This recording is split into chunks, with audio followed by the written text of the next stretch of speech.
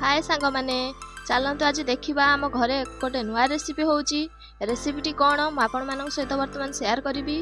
रेसिपीटी होची महुल पिठा। देखिपुंट ये हूँ महुल जहाँ को आम पानी में पकईकी नहींचु। महुल केमती फुलिकी गोटा गोटा होती आपण मैंने देखिपुंट। ये हूँ अरुआ चाउल ताकू भी आम पानी में बतरईकी नहींचु। अरुआ चाउल भी आमर बतरी गला। एवं आम ये शिଳରେ अरुआ चाउल आ महुल को देकी बाटिमु। देखिपुंट केमी देसी स्टाइल आम बनाऊँ। महुल को भी से देदमु।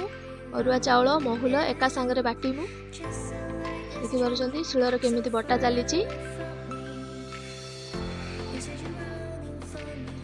आपण मैंने चाहिए आपको ग्राइंडिंग करके भी नहीं पारे। देखिपुंट अरुआ चाउल आ महुल को आम केमी बाटुचु। देखिपुंट केमी बर्तमान शिलर आमर बटा चली। शिलर केमी बटा हो।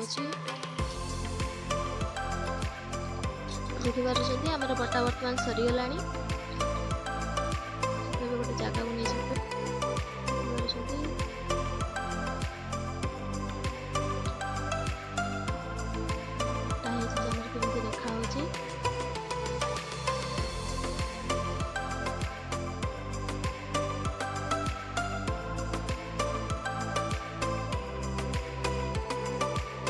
चलतु ए चीनी पकेबा।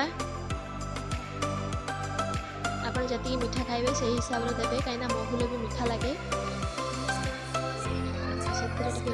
चलतु ए से लुण पकेबा। देखिपुंट नड़िया को आम केमी छोट छोट कर काटिकी नहींचु। से नड़िया को भी पकेबा। भल भाव चीनी लुण आ नड़िया को भल भाव मिलेबा। भल भाव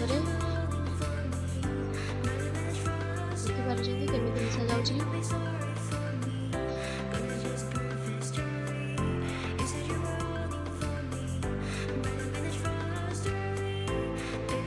देखो आम कढ़ा गरम हो गला। से तेल दबा। आम रिफाइन तेल नहींचु। कढ़ारे टिके रिफाइन तेल नबा। आपण चाहिए घी भी नहीं पारे।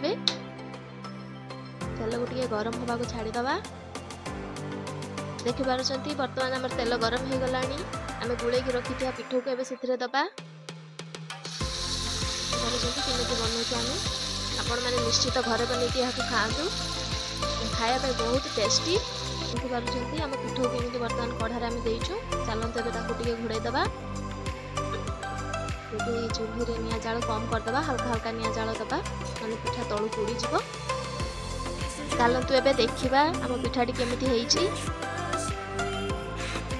देखिपुंट केमी होती।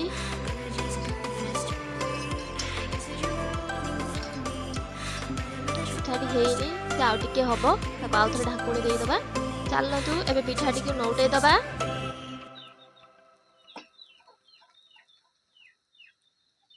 देखिपुंट बर्तमान आम पिठाटी नौटा सरीला। गोटे साइड हो गला आ गोटे साइड होगा आम टे छाड़ीदबा।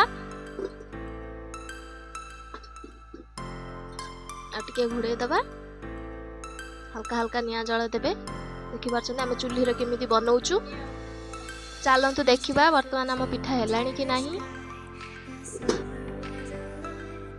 खुशुणी टे मारिकी देखा।